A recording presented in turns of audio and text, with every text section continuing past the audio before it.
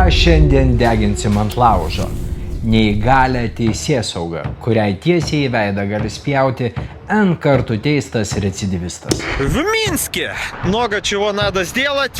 Так вот, еще раз всем привет. O jūs žinote, kad teismo paskirtas rašytinis pasižadėjimas niekur neišvykti nusikaltėliui Lietuvoje nieko nereiškia. Pasirašai, o po to varai į Turkiją ar į Baltarusiją, kur tik širdis geidžia.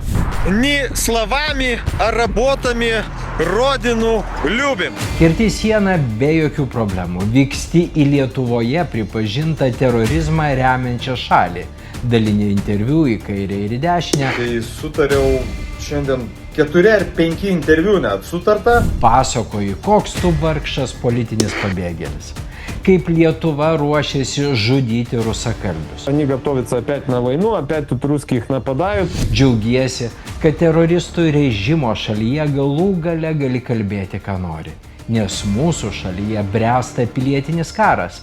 Ir linki Lietuvai turėti tokią pačią diktatūrą.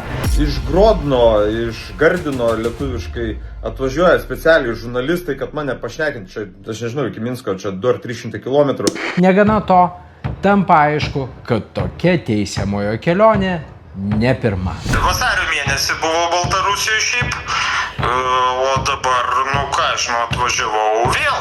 Tai čia tik tai buvau Ženevoje, Šveicarijoje. Toks garsiai atsikosėjus celofaninės lėlės skrendantis skreplys į Lietuvos visos teisinės sistemos fizionomiją. Tai paskambino asmeniškai tokia Ksenija Lebedeva, numeris 1 Baltarusijoje. Sako, jeigu tu padarysi interviu su Ksenija Lebedeva, tai sakė, nacikam Lietuvos, tai sakė, iššaudys saugikliai konkrečiai. Tai tegu ir šaudo. Tik šiaip įdomu, o tų teisiamų, kurie pasirašo iš šalies neišvykti duomenys, kur nors perduodami, pasienio tarnybos žino tokius sąrašus. Aš elgsiuos dabar lygiai taip pat kaip Bartoševičius elgėsi.